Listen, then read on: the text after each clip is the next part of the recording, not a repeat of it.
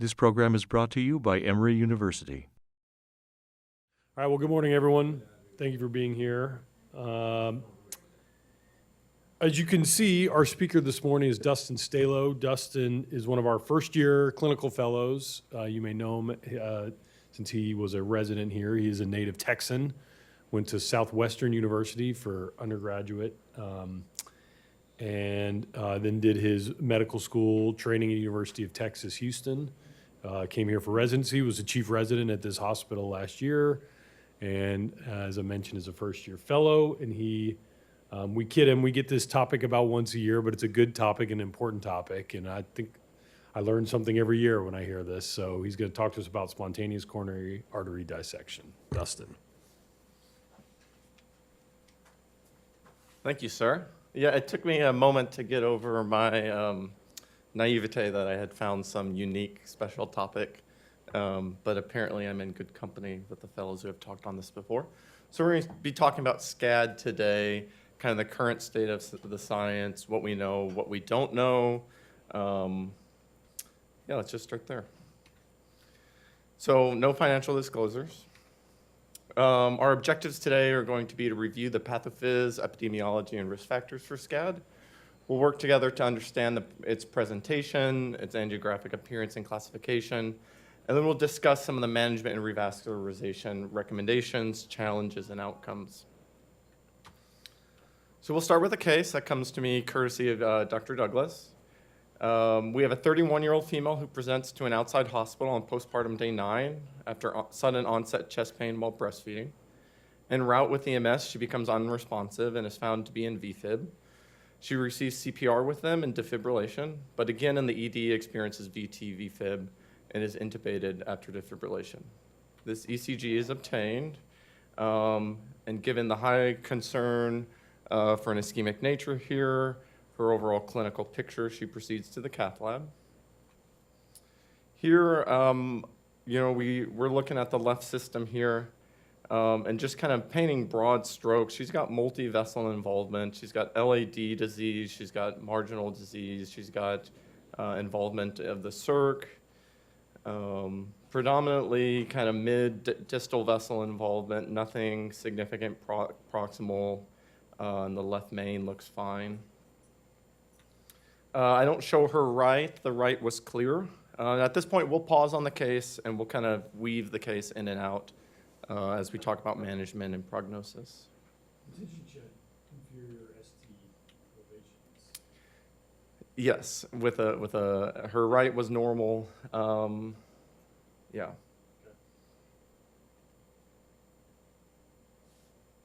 Okay. So what do we know about it, and where are we coming from? Well, it was first described back in 1931 by Dr. Harold Priddy over in England, who saw a patient in the afternoon who was well known to him. She was a 42-year-old mother of 4 who was feeling unwell for a day. Said she was having a lot of abdominal pain, nausea, and vomiting after having some fish and chips that everyone else in the family had had. And essentially, he went out and saw her, ruled out some abdominal catastrophe, and gave her some remedies for her upset stomach and returned home, only to find out the next day that she had woken up at around 3 in the morning, retched several times, and died essentially in her husband's arms. And so this intrigued him. He did a postmortem on her and found considerable hemorrhage and dissection of the RCA with an atheromatous aneurysm. And this is the first case where we've come to know this disease as we know it now as non-atherosclerotic spontaneous separation of the coronary artery wall, so beginning this false lumen, intramural hematoma. And really, this is kind of mirrors the state of what we knew about it for the next 80 years. The literature starts to fill up with isolated case reports and series, largely in pregnant women.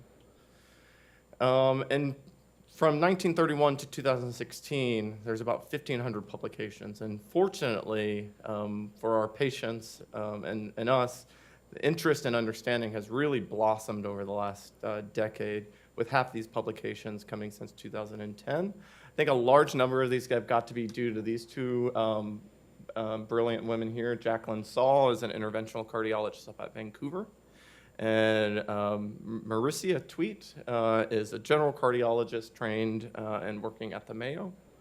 But based on a lot of the work that they've done and a lot of our increasing understanding, we've now moved from small case reports and series to larger contemporary cohorts, driving expert opinions, but nonetheless, it remains a challenging patient cohort to manage. And unfortunately, a lot of what you're going to hear from me today is we still don't know, we're still figuring this out, the literature is conflicting. So who does it affect? We all probably at this point, after 3 talks through this, know that it's a disease of predominantly women. Over 90% of patients affected are female. Seems like the bell curve of age distribution centers around mid-40s to 50s. You'll find cases in the literature into their early 20s and cases out into the late 80s, but predominantly a disease of early mid-age women. All races can be affected. Certainly the numbers aren't evenly spread across all of the demographics, but the numbers demographically mirror other patient populations coming through the cath lab and who gets angiography and care overall. And really kind of the earlier cohorts suggested that it accounted for less than 1% of ACS, probably somewhere in the ballpark of 9% of ACS in women under 50. But this is on the heels of decades of low index of suspicion, low investigation of chest pain syndromes in these young women. Sudden cardiac death, plagued some of the numbers here, and limitations of coronary angiography when it was kind of its earlier stages plagued some of these numbers. So 2016 saw publication of a review by Dr. Saul on this topic, and looking at more contemporary cohorts, these numbers are much higher. So SCAD and all comers for ACS, somewhere from around 2 to 4%. SCAD with ACS in women under 50, up to almost a quarter to 40%. So what is it? So here's our friend, a normal, healthy artery. We'll point out that the dissection in false lumen can occur within or between any layer.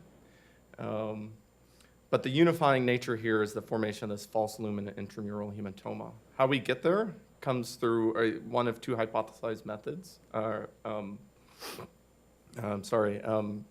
etiologies. One hypothesis suggests that it begins with this intimal tear, beginning blood propagation and formation of an intramural hematoma into the false lumen. There's also this medial hemorrhage hypothesis that says that the initial driver of the insult is the intramural hematoma itself, with rupture of the vasa vasorum. With increasing pressure here in the false lumen from this intramural hematoma, you can then get this intimal tear to mirror this appearance. So it can be hard to see, if you're looking at this, what came first, the chicken or the egg. But regardless of how we get there, ischemia and infarction are driven by external compression. Shown here on gross pathology and here on the histology, vessel occlusion is driven to a very minor degree by occlusive thrombi. Certainly they can be found at intimal rupture sites, but often very small and of questionable significance. Far and away, the bigger driver here is expansion of this false lumen and compression into the true lumen. How we get from this kind of often 0 to 100 kind of presentation is probably multifactorial. Beginning with some degree of injury or risk, we're dealing with patients that probably have some predisposing arteriopathy or risk factor associated condition. Most patients will identify some stressor, something that drives hemodynamic changes and usually are associated with increases in shear wall stress. And oftentimes these stressors over time can circle back and beget their own underlying injury and risk. And ultimately this culminates in the phenotypic presentation of SCAD. So what are these predisposing factors? Well, historically, we've always talked about pregnancy and things along that line. But in the last decade, we've come to know that the predominant association is with fibromuscular dysplasia, or FMD. And looking across cohorts that show this association, you'll see numbers as low as 25. or as high as 86. We'll tease those numbers out a little bit because that's a huge range. But suffice it to say, I believe the more accurate numbers are at the higher end there. It's not to say that pregnancy is an uncommon association here. It's just not what we used to think it was. It's probably under 10%. And it's not just one index pregnancy. Multiparity itself begets increased risk itself outside of the pregnancy period or the immediate postpartum period. And part and parcel with the mechanism there is exogenous hormones. So we see, rough estimate around 10% associations of any of those three. We're not going to talk a lot today on the association of systemic inflammatory disease or heritable arteriopathies or connective tissue disorders, things like Ehlers-Danlos, things like rheumatoid arthritis, SLE. These associations exist, but those are uncommon diagnoses in and of themselves. Screening, to spoil a little bit for these things, doesn't impact care all that much. It doesn't have significant impact on management, and they're a minority of the reported association here. So we won't talk about those beyond this slide. We will talk briefly on FMD. Much like SCAD, it's an uncommon non-atherosclerotic, non-inflammatory arteriopathy of medium-sized arteries. As shown in this diagram, I borrowed from the Mayo. Really anywhere from the pelvis to the head and neck is fair game. We'll often talk about involvement of the renal arteries or the vessels of the head and neck. But abdominal viscera artery involvement as well as involvement of the arteries of the pelvis is common as well. This will drive stenosis, occlusion, or aneurysms of these vessels with clinical symptoms that then follow. So pulsatile tinnitus, headache with head and neck involvement. A lot of times we talk about the hypertension associated with the renal lesions and obviously SCAD for coronary involvement. But all this unifies under weakened artery architecture. So these are vessels that have dysplasia, disorganization of their elastic fiber content, a lot of the extracellular matrix. And what this drives really is formation of arteries that are dissection prone. I show a couple images here on the side. So image A showing diagnosis based on angio, and B and C are actually the same patient. You can see here on image B at the arrows, the characteristic appearance is much more telltale here in the vessels of the head and neck versus the vessels supplying her renal arteries here.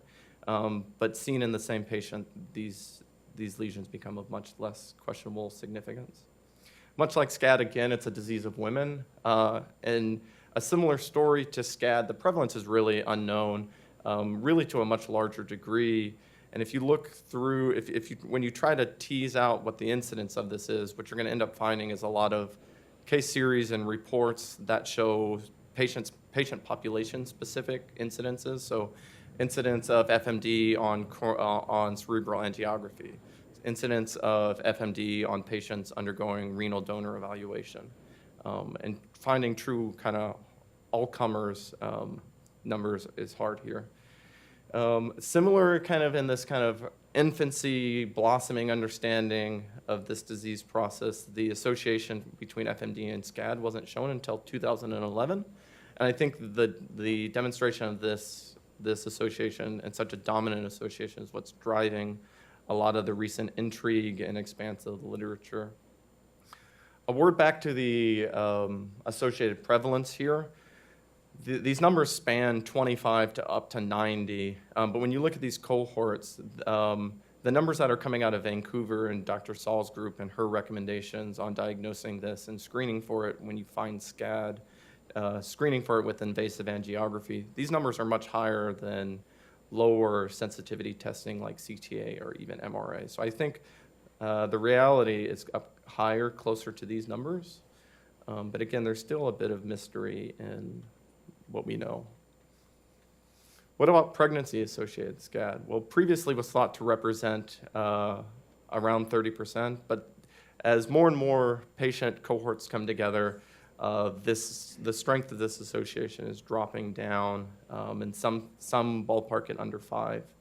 And the mechanism here is probably largely driven by hormonal changes with pregnancy. I think the stronger driver here is going to be progesterone, with high levels being demonstrated to impair collagen and elastic fiber content in the arteries. To a lesser degree, probably estrogen itself plays a role and drives a hypercoagulable state. Just to harken back to the mechanism here, it's this arteriopathy underlying that gets us here. And while the hypercoagulable state is impactful, occlusive thrombi probably play a much smaller role here in the ischemia burden found. Not to underplay the hemodynamic changes with pregnancy, though, throughout the term, cardiac output and circulatory volume increase. We know that these have implications for shear wall stress and architecture changes in the aorta, and these probably carry over into the coronary arteries. In terms of timing, Dr. Tweet in 2017 put out a small cohort of pregnant patients with pregnancy-associated SCAD, 54, and draw some comparisons between them and non-pregnancy-associated patients. And what she found is kind of this high-risk period is really this first week postpartum. Most cases are coming in this postpartum phase. They can happen early pregnancy. They've been documented out, up to a year postpartum. But really, the strongest association here is in this immediate postpartum phase. And this other study from 2012 that has a few more patients reinforces this. So by their definition, these 4 peripartum cases appeared on the day of, during, or the day after delivery. And all these postpartum cases, this period they're defining as starting on day 3 post-delivery. What about the precipitating stressors? A lot of this comes back to increased shear wall stress. So with Valsalva-like activities, increasing thoracoabdominal pressures, things that can drive raised levels of catecholamines. So emotional stress is sometimes identified by patients. Intense anaerobic or aerobic exercise. Sympathomimetic drugs are associated here. But one of the strongest ones that gets reported are these intense Valsalva-like activities. So obviously here, childbirth, coughing, or as in our patient by Dr. Pretty initially described, retching or bowel movements. And take it with a grain of salt, as you will, with recall bias when someone who's otherwise young and healthy is suddenly experiencing probably the worst day of their life. But the majority of patients recall some precipitating stressor here. So how do we diagnose it? What does it look like how do we know it when we're looking at it? Well, far and away, near universally patients present with ACS and elevated enzymes. I would love to be able to stand up here and say X% present with STEMI, Y% present with N-STEMI, but you can see that these numbers cross over each other. This review by Dr. Saul talks on the breakdown of STEMI versus N-STEMI in 9 recent cohorts. These last 3 being as recent as 2016. None of them are huge. A lot of them are small, but Dr. Saul and Tweets, again, are the largest here. As you can see, again, near universally presenting with ACS, but really cohort by cohort, potentially looking very different in their breakdown for STEMI versus N-STEMI. Probably not a fair kind of calculation to look at, but if you were to total up all of these patients, around 90% of these 700 patients are presenting with ACS. And the breakdown of STEMI versus N-STEMI, they're pretty close to each other. So beyond that, how do we know it when we see it? Well, I'm not going to go through this table all that much. Just suffice it to say that patients near universally as well present with chest pain, and the symptoms that they otherwise present with mirror ACS of the more kind of standard atherosclerotic variety. So symptoms here aren't all that discriminatory. What becomes discriminatory is the risk factor. So Dr. Tweet has another study out there comparing STEMI and SCAD patients and SCEMI of the standard atherosclerotic variety. And just looking at the breakdown of risk factors here, you can see these are predominantly younger, less hypertension, less dyslipidemia, less diabetes, tobacco use, or family history. And most cohorts will show that far and away, it's very uncommon for patients to have more than one traditional risk factor, and many have none. What you'll see a lot of times is this association of hypertension, though. Speaking a little bit otherwise on how they present, so typically combining information from all of these cohorts, the LV ejection fraction is probably relatively preserved with an EF of 51 to 56%. The numbers are a bit across the board, though, across cohorts. Things like ventricular arrhythmias are not common, but not uncommon, somewhere between 3 and 10%. Cardiogenic shock at presentation less than 3, and sudden cardiac death under 1%. Again, I think some of this is probably underestimated. A lot of these patients, especially our pregnant patients, are not making it to us, and a lot of these numbers can be underrepresented. And a lot of where these numbers are coming from are periods that still reflected lower clinical suspicion. You know, we can kind of contrast a smidge against pregnancy-associated SCAD, and just suffice it to say that while overall SCAD patients in general appear to often have kind of a fairly small ischemic burden, that doesn't carry over to talking about pregnant SCAD patients, and these can be kind of terrifying patients to take care of. This is from that study by Dr. Tweet. And as you see, the breakdown of patients presenting with STEMI is much higher. The patients presenting with an ejection fraction under 35% is over a quarter versus its non-pregnant SCAD population of around 10%. Left main involvement, while uncommon in non-pregnant patients, becomes very common in the pregnant population. Multivessel disease becomes much more common. And with all of the above, it should not be all that surprising that rates of CABG as the treatment of choice here almost quadruple. So larger ischemic burdens, larger infarctions, much more involvement of the left system and myocardium. So how do we know it when we see it? Well, you know, initially we talked about this, what we now call type 1 SCAD, where it's this pathognomonic double lumen appearance. But that probably only accounts for about 30% of cases. The majority of the remainder is accounted for by type 2 SCAD, where instead of appreciating this double lumen, what you're going to appreciate is a fairly abrupt taper into and out of the involved segment, with the involved segment being long, diffuse, smooth narrowing. These segments tend to be very long, over 2 centimeters in length.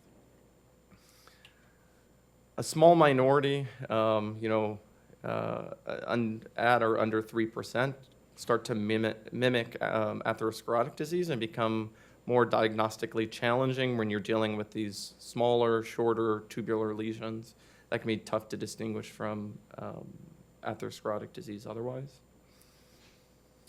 So a couple images to depict this. We see here this contrast staining with type 1 SCAD. Image B shows what they further distinguish as type 2A, where the disease, the vessel tapers into and out of disease here. We get this kind of abrupt tapering into and out of the disease. And vessel C is the same as vessel D. These are the same patients, but this is at the time of presentation in what they call 2B, where the disease carries out towards the distal vessel. And you can see still, again, a fairly abrupt tapering into the vessel. D is this patient without intervention, just with a tincture of time and medical therapies, showing the healing that they've had. And kind of less impressive on first blush is patient E here, until you look at what is the finding on OCT, showing here this intramural hematoma. So despite kind of a less pathognomonic appearance, demonstration of this intramural hematoma shows this to be SCAD as well. In terms of vessel distribution, I struggled a little bit on how to present this information. I think Dr. Saul did as well. So this is a paper she put out in 2016. My takeaways here are that involvement of the right side, so mid-RCA, prox RCA, distal RCA are less common. Left main disease is uncommon. And as we move out towards the distal vessels from as we move out from proximal to distal, involvement becomes common. So involvement of the LAD and its branches, circ and its branches become common. And involvement of the LAD and its branches probably the predominant association. She also shows it this way in 2014, which I think is also similarly helpful and reinforces this idea that right side involvement is potentially lower. Left main disease, again, is uncommon. And you can begin to appreciate some of the aspect of this long length of dissection with a mean length of 46 millimeters, and how you get lesions that start to carry out from proximal to mid, from mid to distal. And all comers for SCAD, multivessel disease, is probably seen somewhere between 10 and 20%. I don't know that these numbers, when we start talking about patients that need revascularization and otherwise our pregnant population, are a bit different. But looking at all comers, much more often to be a multivessel disease. So this is kind of the recommendation that is out there, that early coronary angiography in terms of establishing your diagnosis is almost inseparable with SCAD. And if you're lucky enough to recognize type 1 SCAD, you're done, you've made your diagnosis. Similarly, for type 2, if you see these diffuse, long, smooth segments of disease, you should consider giving intracoronary nitro to make sure that this is truly SCAD, but you've made your diagnosis at this point too. And where things become hairy is if you're looking at disease that mimics atherosclerotic disease, but otherwise in a young patient with minimal risk factors. Then you got to start thinking about intracoronary imaging. The flavors here being OCT and IVUS. IVUS shown, or OCT shown here in panels A and B.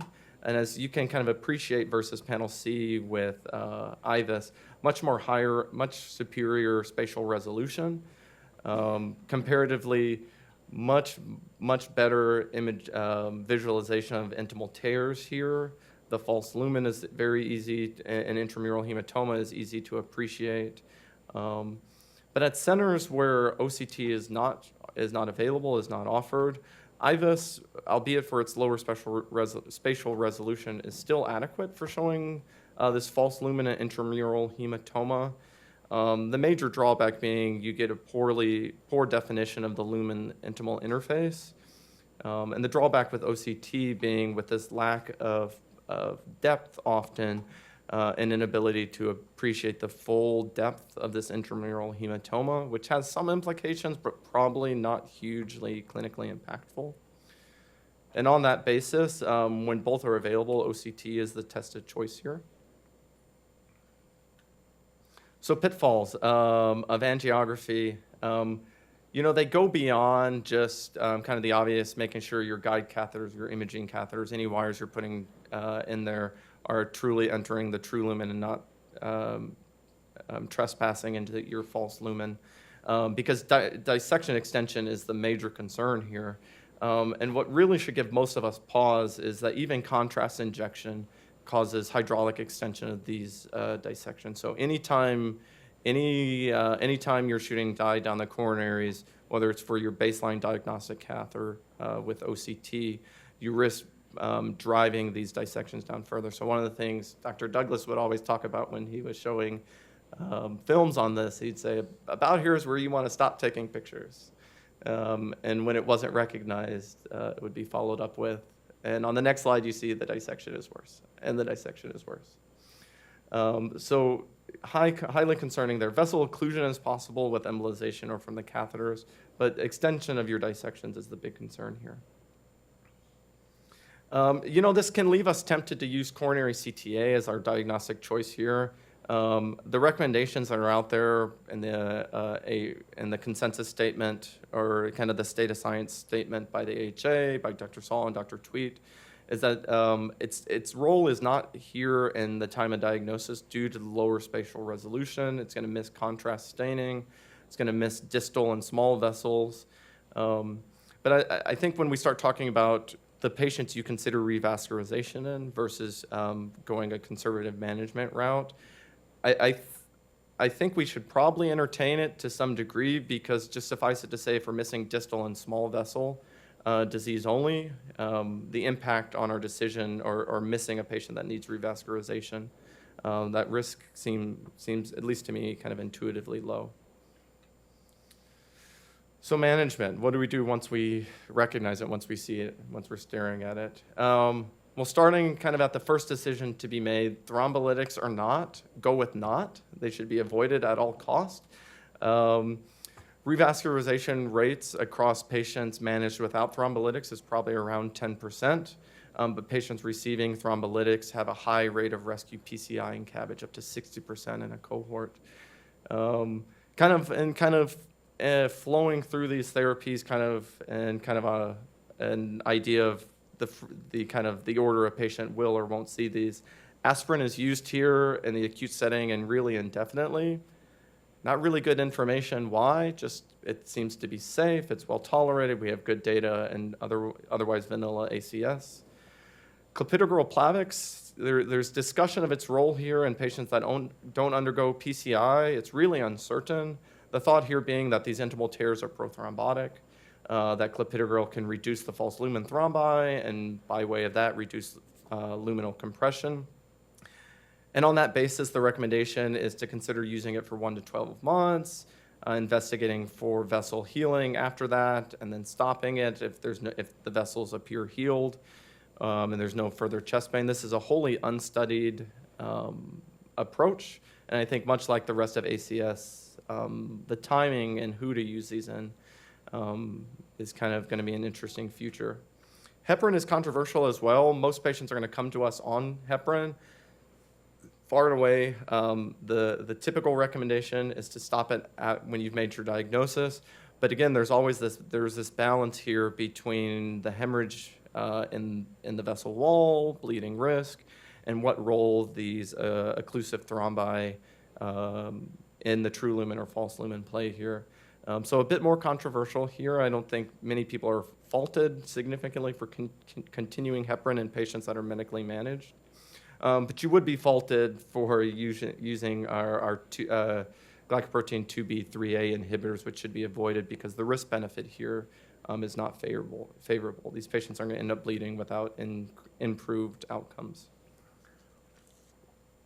Supposedly. Again, a lot of this is unstudied. What about other adjuvant therapies? Well, beta blockers kind of are a shining star here and are one of the first, potentially only ones to be shown to be demonstratively helpful. A lot of this initial use came from data we had on aortic dissections, where their use is shown to reduce arterial shear wall stress. From the more vanilla MI population, where we see improved outcomes and reduction in ventricular arrhythmias.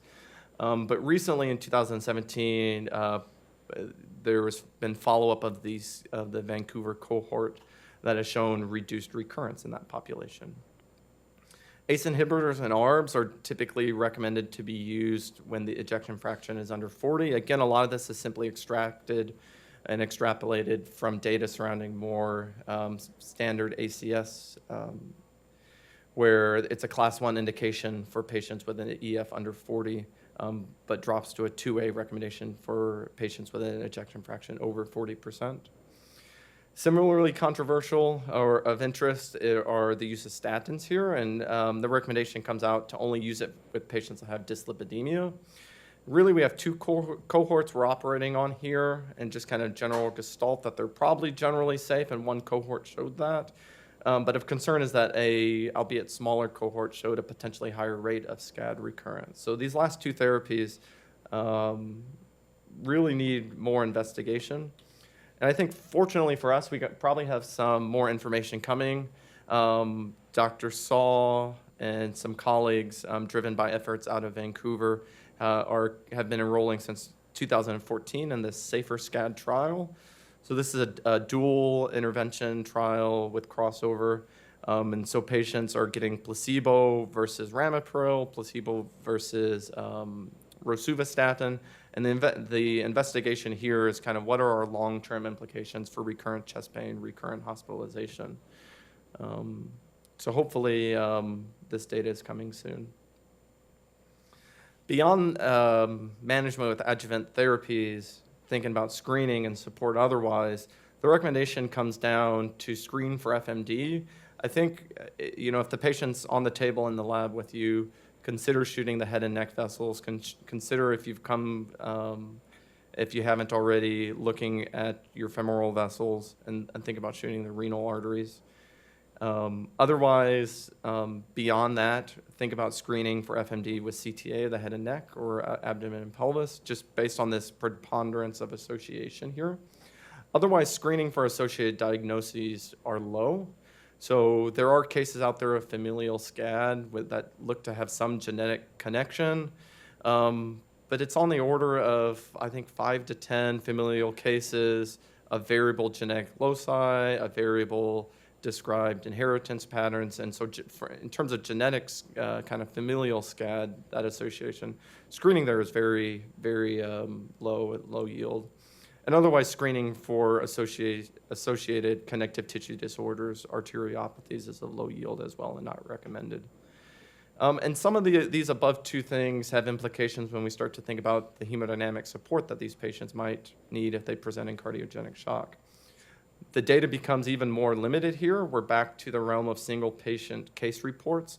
Largely, these are patients bridging to recovery or CABG or hemodynamic support used intraoperatively. And two concerns to raise here. There's some theoretical risk that intra-aortic balloon pumps with the counterpulsation and increase in diastolic flow can drive hydraulic dissection extension and propagation of these dissections more distally. And we should also think about, before we go placing these access and the groins, about the possible implications with FMD, because these patients we know to be at higher risk of artery complications in the groin. Beyond that, the conversation turns to revascularize or not, and far and away, these patients do not require revascularization. 90% of patients do not get revascularized, and a lot of this comes off of observations of vessel healing and outcomes. So we believe that the healing process starts around day 3. If you go looking to see if your vessels are healed before day 20 or so, you're going to be disappointed and misled. But far and away, when we look on invasive angiography after day 30, upwards of pretty, 3/4 to almost near 100% of patients are well healed at a month. And based on this, revascularization is not our typical approach here, and conservative management instead is pursued with the therapies we just talked about. Because it's safe and it's effective. So compared to revascularization, conservative management has lower in-hospital MACE with rates around 4%, and versus patients undergoing revascularization predominantly driven by PCI, having higher rates of in-hospital MACE. At follow-up, their MACE rates are half, but still around 8% versus 13% of patients undergoing revascularization. Patients treated with conservative management have lower rates of emergent CABG versus PCI counterparts. And all of the above goodness with similar mortality rates, both at index hospitalization in 5 years, similar rates of recurrent SCAD, similar rates of recurrent persistent heart failure in these patients. So the recommendation is to use all the previously discussed therapies and cross your fingers, but definitely don't send this patient home on day 1. This is not going to be necessarily an early discharge for you, because around 5% of patients are going to convert to needing revascularization due to instability or risk of recurrent MI. So the recommendation comes to watch these patients for 3 to 5 days. So how did our patient do?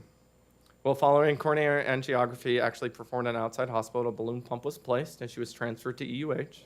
We pursued conservative management here. Her troponin peaked around 155 and she was managed on heparin and beta blockers. On day 3, the balloon pump was removed and she did well. the next day. On day 5, though, she had recurrent chest pain with ECG changes, again developed pulmonary edema and was intubated. And on this basis, kind of with necessity, but with great trepidation, she returned to the cath lab. For the sake of time, so I got another one here. We'll just focus on the elephant in the room, which is now this proximal extension involvement of the left main. But far and away, the rest of her vessels looked significantly worse. So now a much more different picture. So she starts to mimic what we see a lot of times, that pregnant patients take complicated courses, and then about 5% of patients fail conservative management, and across the board, 10% require revascularization, which really is reserved for left main dissection, patients with ongoing instability, be it hemodynamic or recurrent ischemia or ventricular arrhythmias, when things like mechanical circulatory support or antiarrhythmic therapies of themselves are not helpful here. The hope is to pursue PCI when anatomy is suitable. I think it is often not. Because when we start to think about PCI, kind of the overarching theme here is that it's technically challenging and it's risky. So the best data that I'll focus on here, again, our Vancouver cohort of 168 patients, a Mayo cohort of a similar size, and an Italian study of a little bit smaller series. But what they show is that successful PCI happens, but at lower rates than we'd like to see. So when you add in partial success even, these cohorts are demonstrating at least partial success in 53 to 72% of patients. But what is seen is that half these patients that are undergoing PCI have further extension of their dissections, and the rate of urgent CABG rises to 9 to 13%. So these are not cases that we're going to look forward to getting called about in the middle of the night or kind of Friday afternoon when you're ready to set off for your weekend. Because the disease comes with its own specific challenges, not just wiring the true lumen, but you got to think about every contrast injection you do and the risk of dissection propagation, especially out into small distal vessels that are not stentable. And when we start to think about the stents we put in, we got to remember this mean length over 40 millimeters of disease. We start talking about long stents and increased risk of stent restenosis. And when we think about the fact that most of these patients are going to heal their vessels, so long as we can support them to this time of recovery, stent malapposition, when this intramural hematoma reabsorbs, becomes a big concern, and late stent thrombosis becomes a concern here. So a couple of things that have come out of study here. Femoral access is recommended here. I think I struggle a little bit to think about this recommendation with how it relates to FMD and possible involvement of your pelvic vessels. But what has been shown is that patients that undergo femoral access versus radial access, their radial access counterparts have a 3-fold higher risk of iatrogenic dissection risk. And then the considerations with how to stent these patients, we still don't know, and there's a lot of interesting approaches proposed out in the literature. Some people propose doing just long stents with 5 to 10 millimeter overlap across the proximal and distal edge. Some people would propose initially stenting your edges of disease with some overlap in the hope of pinning down healthy vessel, so that when you go to put in a long stent across this middle segment, you're not propagating a lot of the dissection out to the proximal or distal vessel. I think the possible implications of bioabsorbable stents here is interesting if what we're really talking about is a temporizing solution to vessel healing. And far and away, OCT and IVUS probably should come into play here to think about optimizing your stent apposition. I found it interesting, the literature talked about a person who published a case report of using a cutting balloon to fenestrate the affected vessel and decompress the intramural hematoma. I don't know that that's something that a lot of people are going to be taking on, but I think it's interesting that and speaks to kind of, we don't know the best approach here. Some people may end up getting creative. I think it'll be interesting to see what the future shows here. What we do know is that the future in its current state, long-term complications are common. So only 30% of patients that undergo PCI do so without long-term complications. So it leaves a lot of patients thinking about CABG in consideration, especially for left main involvement when it extends into the LAD or circ. Unstable patients that return to the lab and found to have extensive proximal artery involvement should have CABG considered. And PCI failure for sure. The data here is a little bit more limited. Again, the best I could find was a Mayo cohort where 20 patients total, 6 of those as a primary intention, 14 as a bailout strategy. All of those survived to 5 years at the study reported end. And despite concerns about from the surgeons about being able to find good landing zones for these bypass vessels, only 2 out of the 34 targets in this study couldn't be bypassed, and all of those were secondary vessels. Long-term patency of these vessels is suboptimal, and it makes sense when your native vessel heals and sees flow, the graft supplying it does not, and so competitive flow causes patients here that get a lima to become atretic or their vein grafts to drop, which is kind of the story of a patient that we had slated to come through the lab last month who got a lima for LAD involvement of probable SCAD in her early 30s, only to return with recurrent SCAD, found to have a healthy native lima or healthy native LAD, but now an atretic lima.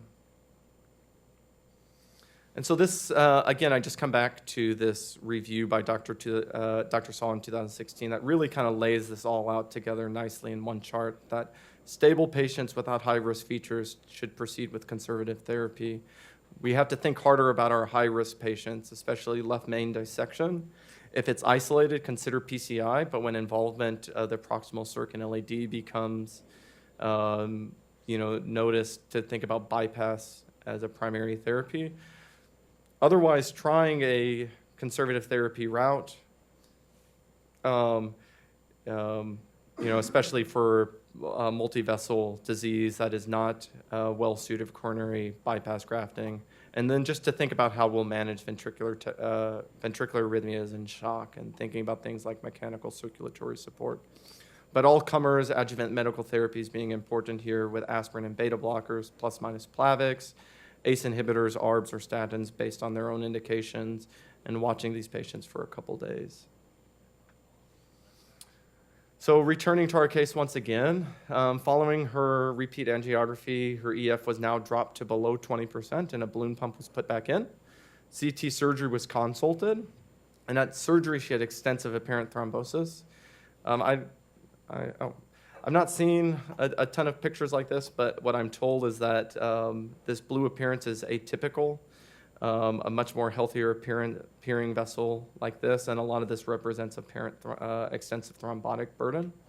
Her lima was too small to use, so she received 2 vein grafts to the distal LAD and her OM.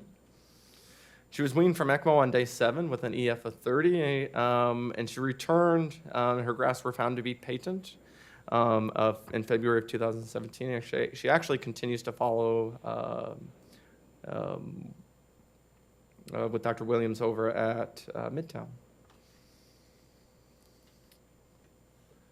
So kind of ending on long-term prognosis and what do we do once we send these people home with kind of a hope of a prayer and fingers crossed.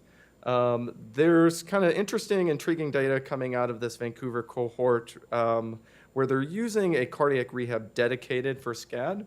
So their initial study of this put out a patient cohort of 70 patients where they use a target heart rate of 50 to 70% of predicted maximal heart rate, a target blood pressure under 130, and instructed their patients to avoid heavy lifting, nothing over 30 pounds. The men that were rare in this study had that weight bumped up to 50, and they had access to psychosocial counseling and whatnot. And I think the results here are promising, that coming into rehab with an average length of time of 12 weeks of completion of cardiac rehab, the prevalence of chest pain recurrent in these patients dropped from 63% entering rehab to 30% at the conclusion. The number of METs that they were completing trended in the positive. But intriguingly, the MACE rates recurrent in these population compared to a non-cardiac rehab SCAD cohort of 130 patients was significantly lower. And a lot of this difference is driven by recurrent MI. So I think the implications here and getting your patient connected with cardiac rehab to be important. Because when we think about the prognosis long-term MACE is common in this population. We've done nothing to resolve the underlying arteriopathy. There's nothing that you can do to erase multiparity from a patient's history. And so recurrent MI occurs in probably around 17% of patients. The numbers here get kind of fuzzy with different lengths of time and and follow-up.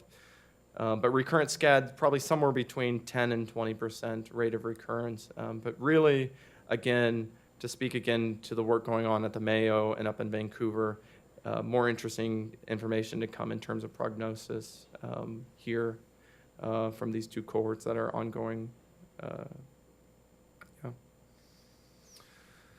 So I think I'll tie it up there.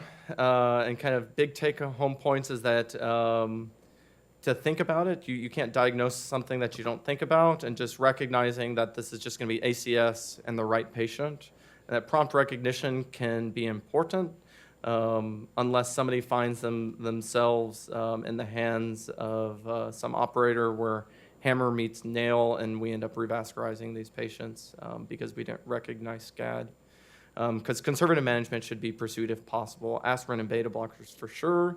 Thinking about our other adjuvant therapies with great caution, with some intrigue, and we'll see what the future shows here.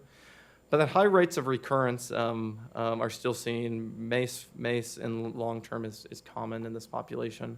So follow up with a specialist long term and thinking about cardiac rehab is really important.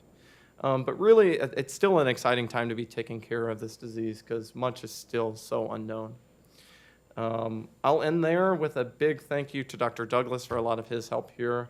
And a shameless thank you to my golden doodle who watched me present this several times and is himself an expert in the topic now.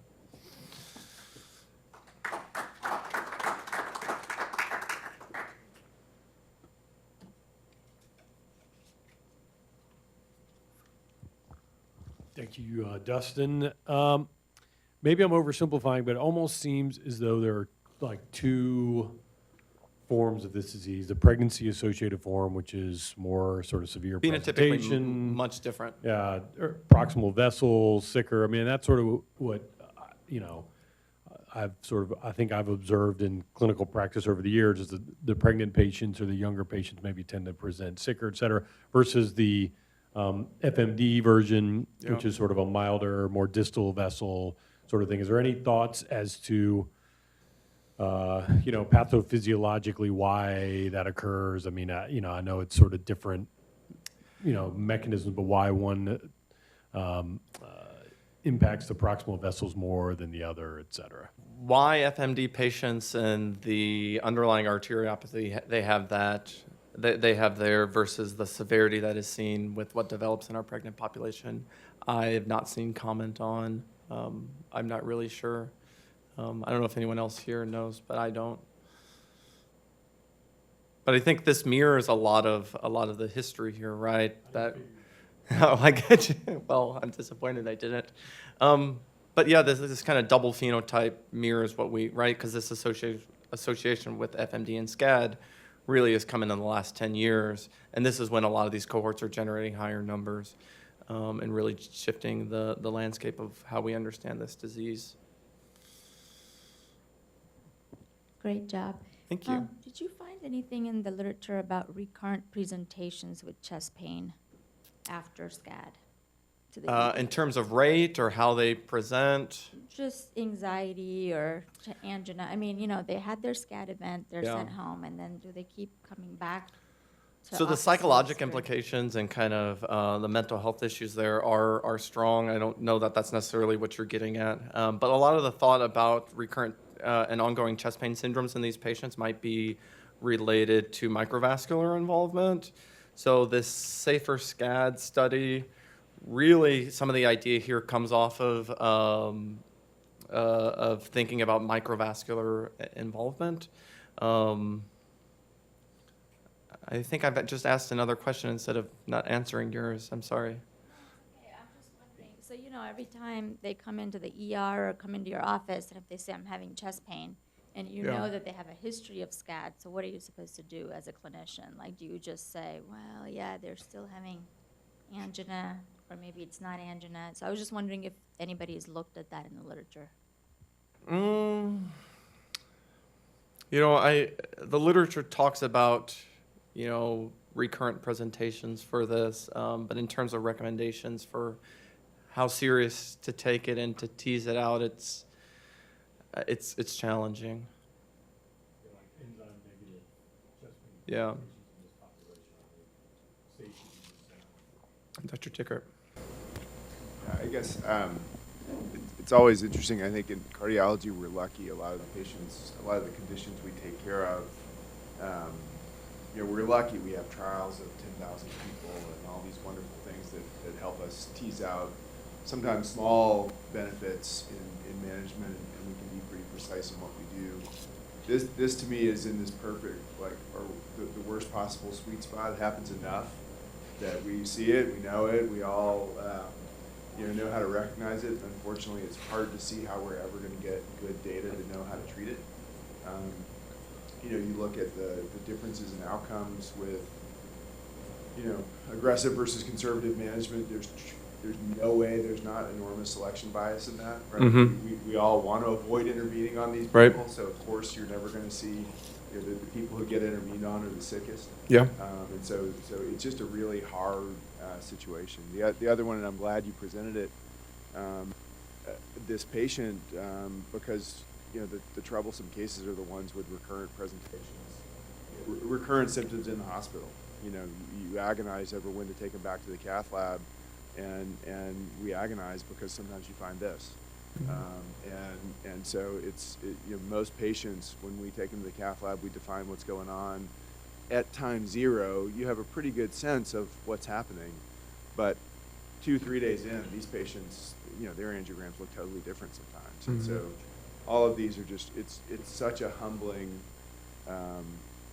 for me, this is probably the most humbling condition to try to take care of when people are sick. When they're not that sick, it's okay. Yeah. But when you see a young person getting really sick, it's just really On the heels of their first child, it's really a high stakes game. one of the hardest situations I know of to deal with.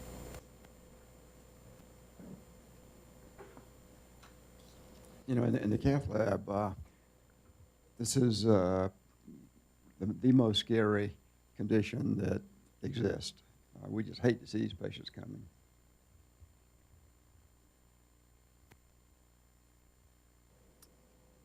Thank you all. The preceding program is copyrighted by Emory University.